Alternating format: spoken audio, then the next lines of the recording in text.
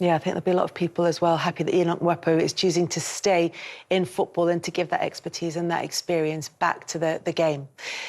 On to the weekend's football action, and you might just get a hint from this as to how it went for Arsenal. I just went to the timeout, come back and went with it. You did what? I said, because I literally, because I said, we started the show and I said, we've got to start fast. We've been starting fast all the time. I said, let me just go to the toilet quickly. So and that's what I said. Oh, my God, I just come out of the toilet. When you come out, wind it up. That wasn't any clearer. Honestly, it was so... I thought that was after the win, not just the first half. No, because it was so exciting, because I said it's vitally important that we start fast against Liverpool, because they start slowly. Yeah. And, they've been behind in games, the last 5 times, 6 times now, by half-time, and so you think you have to start fast, so you've got Liverpool on the back foot straight off the bat, and then went to the toilet, come back, we were 1-0 up, I couldn't believe it. Look, we are going to talk about Arsenal in glowing terms, which is easy to do at the moment. They sit top of the league. But look, there are big issues at Liverpool at the moment, and there is a lot to get into. The most obvious of them, let's start with that, is this 7-year itch with Jurgen Klopp, that after 7 years, the cycle seems to come to an end. Do you think there's anything in that? I think that Liverpool are just going through a transition now, a natural transition. It happens. I think they were very much affected by COVID. I think that's gone under the radar in respects of how Liverpool regurgitate and bring people in, because I believe, I know Mane's gone now and it's a massive hole, but with a Mane, Firmino, Salah probably, 2 of them probably may have gone by now, and that would have given them the money to be able to refresh and move again, but that's not happened. They've actually signed new deals. I think Virgil van Dijk not long ago and Jordan Henderson, a few that they signed, so they wanted to see how much more they could get out of this team. But I think that what's happened now is that it definitely, they've got to the stage where they've hung tooth and nail onto Manchester City side that are not running out of petrol anytime soon. So there's no slowing up. And I think that has affected Liverpool maybe mentally in trying to stay with it, and obviously with recruitment and trying to bring the next incumbents in, whether it's Diaz, Nunez, Harvey Elliott, Curtis Jones when he's fit, all these players, Carvalho. Can these players now be the next low to come in? Because I think Liverpool are going through it now, Kels, and that is all what's happening. We just saw them there, 10th place in the table. They've beaten a team, Bournemouth, 9-0 this season. They're below them in the Premier League table, which kind of speaks to how patchy this has been from Liverpool. We've talked a little bit before about the hangover from last season. Adam Lallana was saying in midweek, he said, I know a lot of these players, and over the summer, they've been so disappointed. They have been absolutely wrung out by playing every single game last season, and then they get to the end of it, and they come away with the League Cup, the FA Cup, but the league title went down to the final day. City were 2-0 down. Yes. It never felt in their hands until they knew that City were 2-0 down. They've got the disappointment of that. They go to the Champions League Cup final in Paris. They lose to Real Madrid in that one. But with all the off-field stuff that went on around that, it feels that there's been a sense of having wrung every last drop out of that group of players. Wow. Yeah, they need to have a little freshen up, as you said there, and you're right, the last couple of seasons, they've been fantastic. You can't even hide the fact they've been going tooth and nail with it, with Manchester City. But then you look at the recruitment, and you look what Manchester City managed to bring in, with the likes of Haaland, that would have knocked them a little bit, like Jurgen Klopp seeing what they've got. And then you had the injuries, then you lose Mane, who for me was key to that Liverpool team. The front three of Firmino, Salah and Mane, that was the three. Darwin Nunez is still trying to settle. They have had a lot of injuries to deal with as well. Virgil van Dijk's not at the level that we're used to seeing him. So that then maybe Trent, again, with his defending, Robertson, his form. So they seem to have had players in their squad that have lost form at the wrong time. But it's about... It's systemic. It's everybody together. Everybody, so it says there's a bigger thing going on, D. That's the thing what I'm looking at. So it's disappointing for him, but they will come again. But right now they need to freshen up. Even the midfield, when you look at Thiago, who's a wonderful footballer, and Jordan Henderson, who's been brilliant, they're not the freshest. So when you get teams that have got a high energy, get in and around them, like Arsenal did at the weekend, they can't live with them. When they've got the ball, yeah, they're fine. But defensively, it's just a knock-on effect from the front three to the midfield two to the back line. And I just think now this season, it's about where you are, and then in the summer, trying to bring some more players in. When you look at the season where Liverpool got to the Champions League final, were beaten by Madrid, they went on and won it the next year. They chased City down, they finished within a point of them, they went on to win it the next year. Psychologically, do you think there's a difference between those seasons where they improved the following season, and this one where it felt like a peak rather than a step along the way, when you know, as Darren said, Haaland's coming into Manchester City, that there was a sense of, if not now, then maybe not again for Liverpool last season. Yeah, listen, I was about to respond to what you'd said before, because I think it was spot on. 63 games they played last season. Every single game they could possibly have played. Yeah, and yet they won 2 trophies, and the ones they really wanted, they didn't win. And it says something about the standards now at Liverpool, that there was disappointment at the club rather than joy at winning those 2 trophies, because the big ones they didn't get. These guys know all about how that affects players psychologically, and they can speak to that better than me. But I think as far as the cycle is concerned, it does sound as though they've reached the end of a cycle. It does sound, I mean, the thing is, there is one thing I'm pleased about, and that is that everyone initially had been homing in on Trent Alexander-Arnold and suggesting it was because of him. There's a pile-on. Exactly. There was a big pile-on, and yet they hadn't looked at the dip in performances from other players in the side, the lack of intensity. The Brighton game in particular was quite a good indicator of that, because they were given time and space to play. They're good players and good technicians, but it wasn't like Liverpool to allow the opposition to be able to do what they do best. And I think they can still score goals. They've got 5 in their last 2. So that strike force is OK.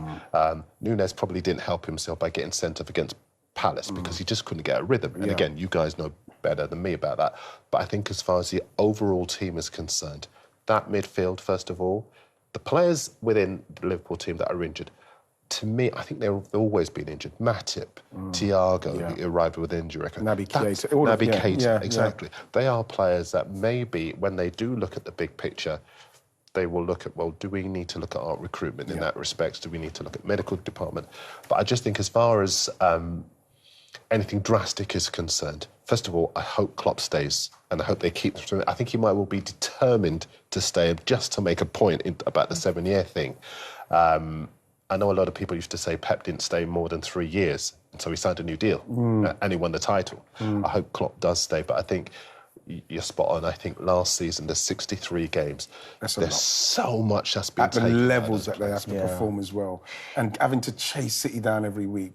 It's ever likely this has happened to Liverpool. But you were saying as well that this is a collective issue, but there are individuals who are looking like they've really dropped off. There is Trent Alexander-Arnold is coming under a lot of criticism, arguably at fault for the second Arsenal goal yesterday. But also there are issues down that right-hand side in general, because Mo Salah has been moved to a slightly different position, and that's not working for him either. Again, you know, people talk about Trent, and you know, you see him in certain defensive scenarios, and like you think, well, maybe he could have done this. But you look at that goal yesterday, and the way, the way Thiago is, I can't go too deep because obviously, people can't see the picture I'm trying to paint. But there's a move out of midfield which then got Liverpool's team to come this way, right? So then when you've got the 2 holding midfielders coming this way, Jordan Henderson, actually, Martin Odegaard, who played the last pass into Martinelli, literally ran through their midfield. No one picked him up all the way through. Mo Salah doesn't come back with Xhaka, who's going. So Trent Alexander has to come across. He's doing what he has to do. The pass was very good from Odegaard. They scored. And then people talking about, oh, Trent again. The fact is that there's a lot going on in the Liverpool midfield, which is not covering. They're not, like Thiago going out when he didn't need to. These things are things that didn't used to happen to Liverpool, because he went out to try and close down a ball. He had no chance of getting, and then that has a knock-on effect to everybody. And then what happens is that Liverpool are a yard behind everything. Yeah. The midfield, because we know with it's all about the width and the fullbacks with Liverpool. Yeah. They're not getting that at the moment. And even if they do go forward, they're not getting the same cover.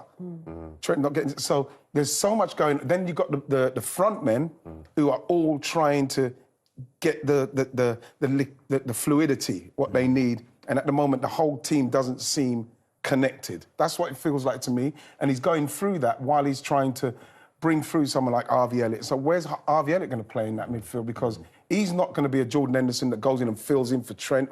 He's more creative. So these are the things. Curtis Jones, once he gets fit. So there's so much that he needs to fix, but he's got to do it on the fly and still try to make sure that, for me, I don't think they should be thinking about even with they should be thinking about top 4 now, that's all. Even with a wide man as well, like Salah at the minute, because Trent's struggling, we all need help from your You wide need man to someone. come back. So it's 2v2. But at times, even with the first goal, it felt like it was Trent 2v1. Like, does he go? Does he hold his position? Because honestly, when you see it, Darren, he's coming, and Xhaka's there as well. So Yeah. Trent's got to deal with the Martin Odegaard coming in because he's got to come in and support the centre half. And the then run. You've got, and then the run, and then if you've got no help, there's nothing he can do. Yeah. And Liverpool, I like that. At the moment, you can get through them very easily. As you said, though, in midfield, they've got Jordan Henderson, who's a couple of years older now than he was when Liverpool won the title.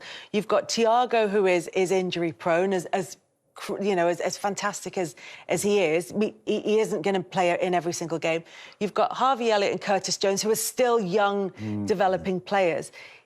Is there an issue of recruitment? I mean, this is how Liverpool, one of the reasons they've been able to keep pace with Manchester City with a lower budget than them is by buying the right player in the right position with very little margin for error in that. Is midfield one area where they've dropped the ball, do you think? I think so. And I think this might be one of them occasions where we know, and as you said there, Kels, the recruitment from Liverpool's been very good. But this might be the one time, January, end of the season, where they have to kind of maybe come away from that and go and get someone like a Jude Bellingham, who we know can play. Well, the issue there now is that they may well be priced out of that because it's gone on for that long that there might well be other clubs coming in and being interested. And also with that as well, you've got to understand from Jude Bellingham, the next move, Jude Bellingham's now captain of Borussia Dortmund. His next move has got to be the one where it's... And we're talking about people linked with Real Madrid, Liverpool. You know, he could literally go to any team. So we're looking at a Liverpool side at the moment who are in transitional period. They need to get in the Champions League even to have a thought of thinking you can even approach someone like Jude Bellingham. So their focus has to be on getting into the top four. And that's so key because in the past Liverpool could afford to wait. They waited for Van Dijk until they and lots of people said, I'm sure there's a defender who can improve them defensively, but they wanted Van Dijk and they waited, they got him. And they got him in the January, interestingly, rather than waiting until the summer. I don't think Liverpool can afford to wait this time around because there's so many other teams that have improved. Tottenham are not looking great, but they're getting points and they're consistent. Arsenal look terrific. Man United are rising again from their slumber. So as far as Liverpool are concerned, they don't have the luxury of waiting. If they're going to get Bellingham, they've got to go in hard and they've got to go in January. Real Madrid really like him. If City come from the clouds and try to get him and say, look at our team. Why don't you want to be part of this team?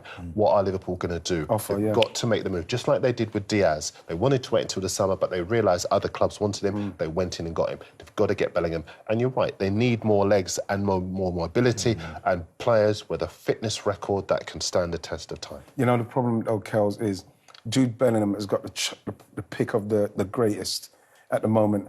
It's how do you sell Liverpool to? You're going to need other players that you're going to get alongside him. So as you can say, we're going to get back to this because we've got Núñez who's going to kick on. Diaz looks like he's going to do. How are you going to be able to entice him against a City? You can say, look what we've got. Real Madrid, look what we've got. And Real Madrid's unbelievable young roster. You're talking about a team that's going to probably dominate for the next 10 years if they get it right. So Liverpool are now very precarious position. This is why I just want for Liverpool to focus on getting into the top four because that still gives them Champions League football, still gives them the attraction of bringing those players in.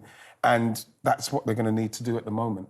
And there's also a sense that Liverpool play on emotion, whereas City try to play without emotion. Liverpool try to harness it. And once that title, the chance of winning the title, has gone realistically as it has, it's very difficult to kind of rouse yourself to chase down anybody at the top of the table. You can sometimes see a drop-off in level of performances. They've got Manchester City next, which could be an interesting game, to say the least, for Liverpool in that one. But for Arsenal, can they chase down the title? Can they do what Liverpool have done in previous seasons, which is harness that energy, the way it feels at the Emirates, that sense of momentum? Is that all stuff that they can use? They have to use that. That's exactly what they're going to have to use. I think that what you want to see from Arsenal and going into that game is a performance like they did. I think that on the balance, I think they just shaded to win that game, and that's something they've not done against Liverpool for a long time. I think they beat them once in 19 before that, something like that. So it was a game where you wanted to see the kind of performance where they recognised, like we saw last season, Newcastle and Tottenham, if they won that, they'd have been in Champions League. They couldn't do it. They have to recognise that in this game, coming off of beating Tottenham last week, you're playing against Liverpool, another top six side, and you are vying for top spot. You have to beat them.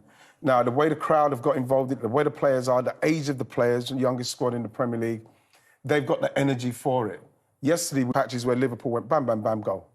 Man United done it as well. Those are the things they're going to have to try to make sure they tighten up on. But in respects of winning that game and going, they are chasing, and they do recognise that they're probably going to be the ones that have to be there. Now, can they sustain? Like we talk about, look what's happened to Liverpool, chasing down this Man City side. They've got the youth and the energy for it, but can they sustain it? Because the quality and the levels you have to reach on a weekly basis in this league are enormous.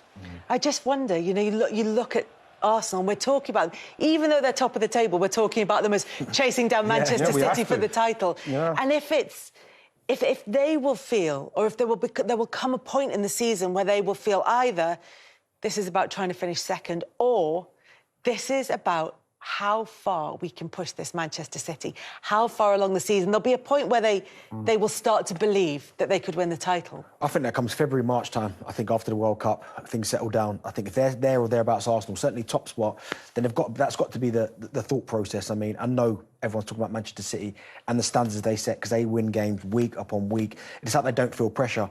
But for Arsenal, if they can get a bit of luck with their fitness, because I think that's always an issue, because 1 to 11 or 1 to, say, 13, 14 players, brilliant, give anyone a game. But the thing is, once you go past that, Gabriel Jesus, if he gets an injury, or Saliba, like, have Arsenal got the squad? But I think that March, February time is when you'll start to kind of see, OK, where exactly are we? But all Arsenal can keep doing right now is winning the game and beating whoever's ahead of them. Like, you look at the game against... And I always felt Liverpool was the test, because Old Trafford, Arsenal struggle at Old Trafford. We've seen that before. Against Tottenham at the Emirates, Arsenal always beat Tottenham at the Emirates. But whenever they play against Liverpool, home or away, they usually get beat. So can they get over that hump? They did that against Liverpool, and they suffered a few setbacks. The equalisers, Liverpool dominated, I thought, the large part, so the first half, the end, they get that goal just before half-time. The reaction from the crowd, the players, there's just a different mindset there. But as you said, February time, March time, if they're still there or thereabouts, they've got to start thinking about challenging Manchester City for the title. It can't just be about second.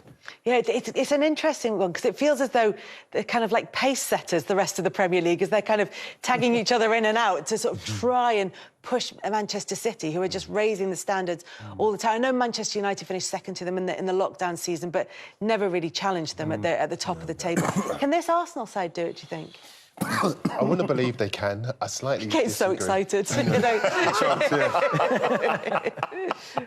I kind of slightly disagree with Darren in so much as, well, defensively, I mean, Ben White's been playing at right back, but Tomiyasu came in yesterday, was terrific. And I've always liked Tomiyasu as a right back.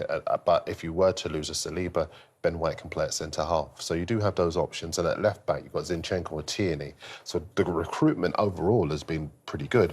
But if they were to lose Jesus, you're losing a guy who can take responsibility. Again, these guys know. But I think as far as City are concerned, they scored 96 goals, was it, last season, without Haaland. So it's not Haaland. My gosh, I forgot about that. Wow. How's Haaland been getting on this season? Amazing, it's true. Honestly, and the thing about Haaland is that he scored 15 times this season.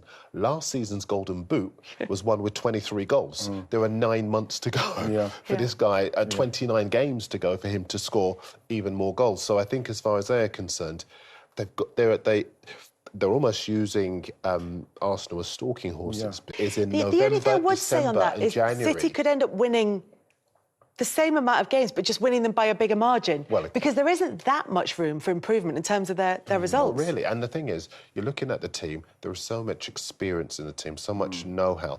Ikanji's joined the team. He's slotted in as if he's played there all his life. I think if you were to lose individual players, there are other players who can step in. And I think the biggest quality they have is humility. Because however good they are, they still go into every game as though they've got to fight to earn the right to play. That's that manager. And I think, exactly, the attitude reflects the leadership. And when you have that, it's a massive asset to be able to compete. And it's something as well, Darren, that Mikel Arteta will have seen and will instill in Arsenal.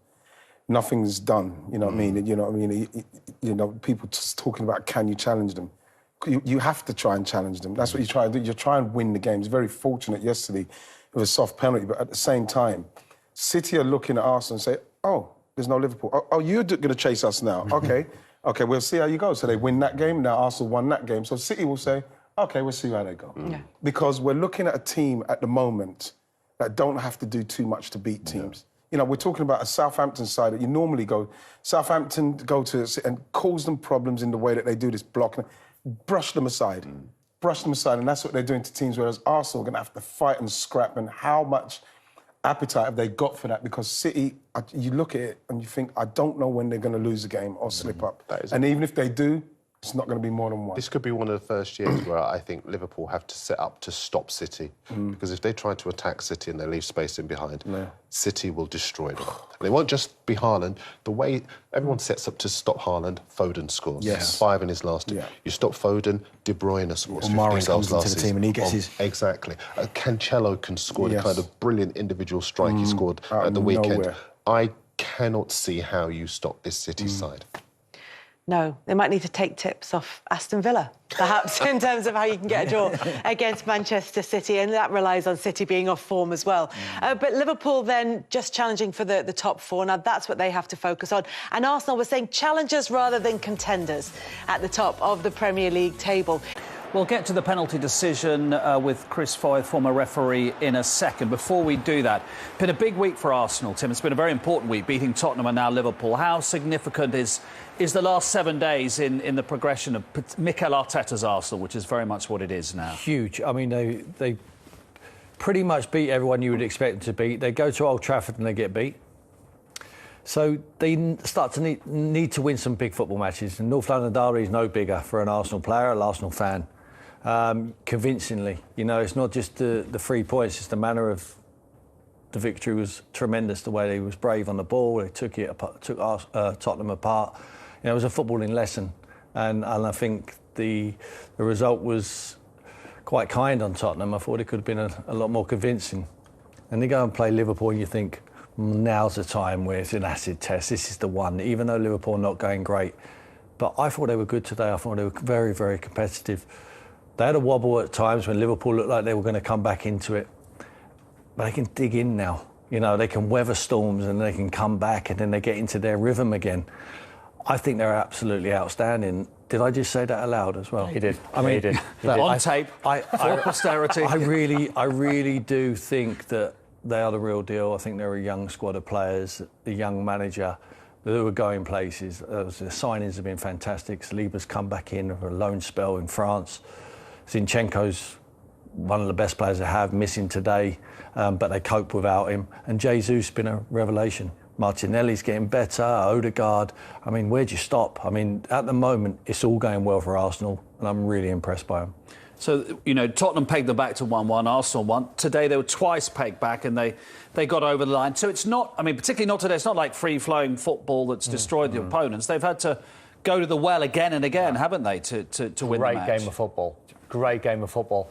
And you feel as though when you watch Arsenal now, you feel as though there's something building there for sure, where maybe a few years ago you thought, have they got the backbone? Can they go through it? Once they lose one, sometimes they went under. And that was even the case, you know, towards the end of the season when they lost to St James's Park. They lost some crucial games when they missed out in top 4. But I think there's lots to like about them. Going off the field, the job that Eddie's doing, the relationship between the boardroom and what Mikel Arteta wants, the young group of players that he's got to work with, they're all buying into what he wants. Signings, like Tim said, have been exceptional. And you watch them now and you think, there is something special building. It's going to take a little bit of time to get them to where they want to be, because we're looking at a Man City side that are just phenomenal. Yeah. But Liverpool played well in the game today. But you look at Arsenal, you think, before the game, you think, can they win this game? A lot of Arsenal fans were texting me, and I was thinking, yeah, but it's still Liverpool, it's still Liverpool. To get the job done, to go back at the top of the league, it's going to give them players so much confidence. Small margins, as ever, in football. Winning penalty, Jurgen Klopp's not happy about. Chris Foy, good evening, Chris. One of those, I think we can safely say, whatever Michael Oliver gave, penalty or not penalty, was never going to be overruled by VAR. What did you think of his decision to award the penalty?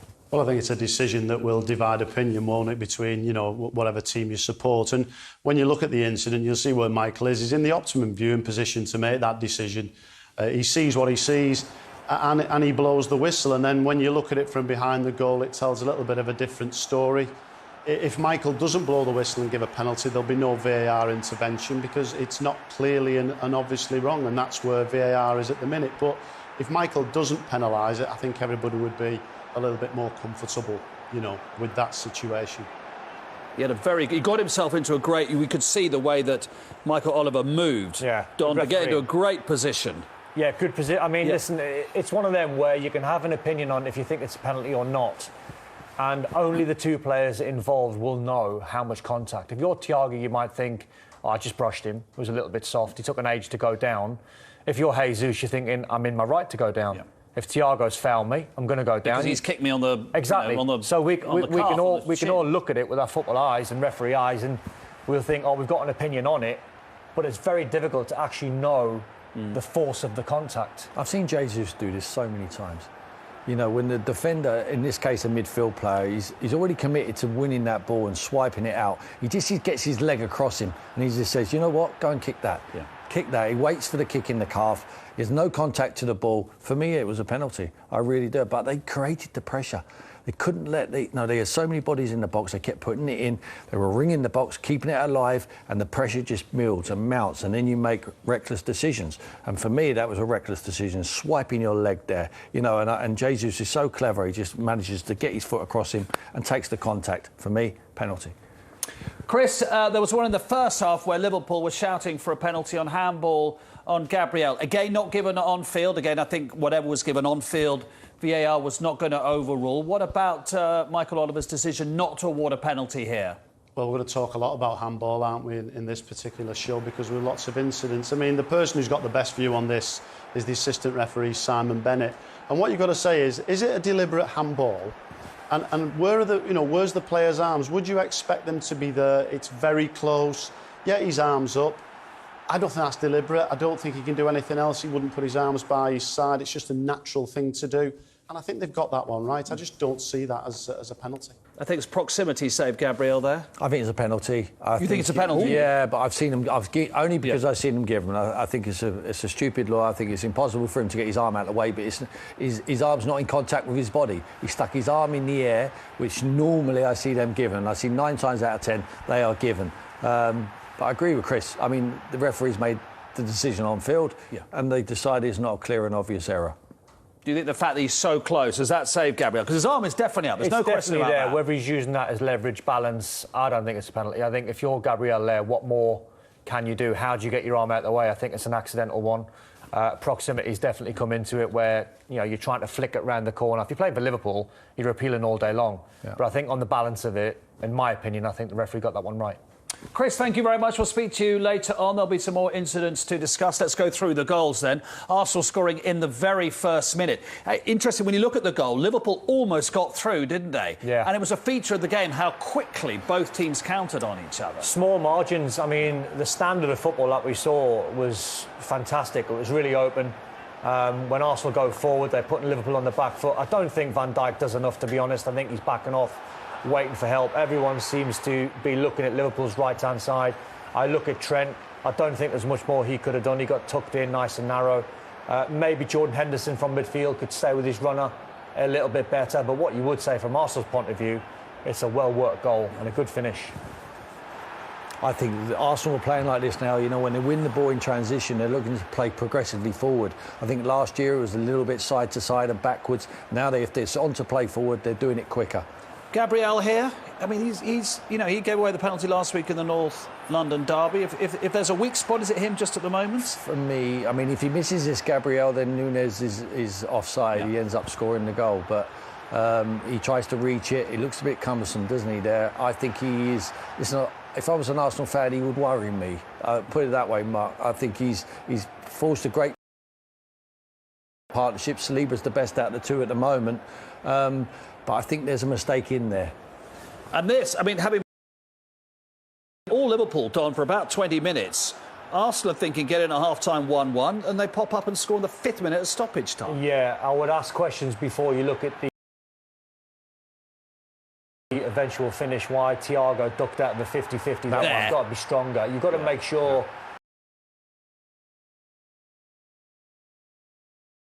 Unless you're on a yellow card, you foul and you stop. Then I think Trent goes over a little bit too quickly. I understand why he's doing it. He's trying to protect Jordan Henderson.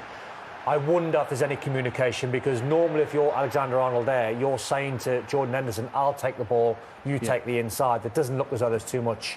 This one, I think, is well worked. Granit Xhaka, I've said, Mark, you know me for years, I think he's a fantastic player further forward. He allows the Firmino run, he doesn't track him.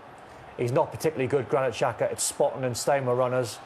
Again, the finish is phenomenal on that side, taking it away from the goalkeeper. This point in the game, I think, was anyone's. At 2-2, it was such a good game, it was so wide open. Look at the angle he's finished this on, it's a really smart finish.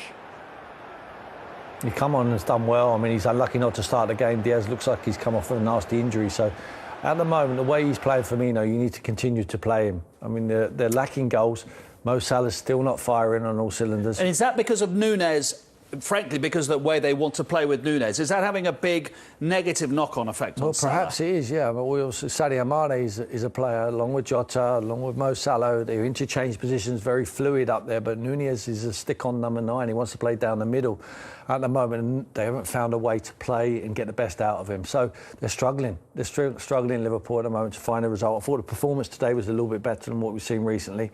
But it's all about results. They need to get some confidence. Look at next week. We'll be here this time next week reflecting on that game at the Etihad. Liverpool have won 2 league games this season. As things stand, we can say without anybody accusing us of hyperbole, they've got a battle on for top 4, Liverpool. Simple as that, haven't they? They have. The only thing is it's saving Liverpool. That game's at Anfield, so they might feel as though the atmosphere will be different. It'll be electric. If it was away from home and the way City and Haaland are playing, you think, well, at the minute that could be any number. Yeah. So I know how Liverpool... They'll need the Anfield crowd, won't they? They will 100% need the Mark.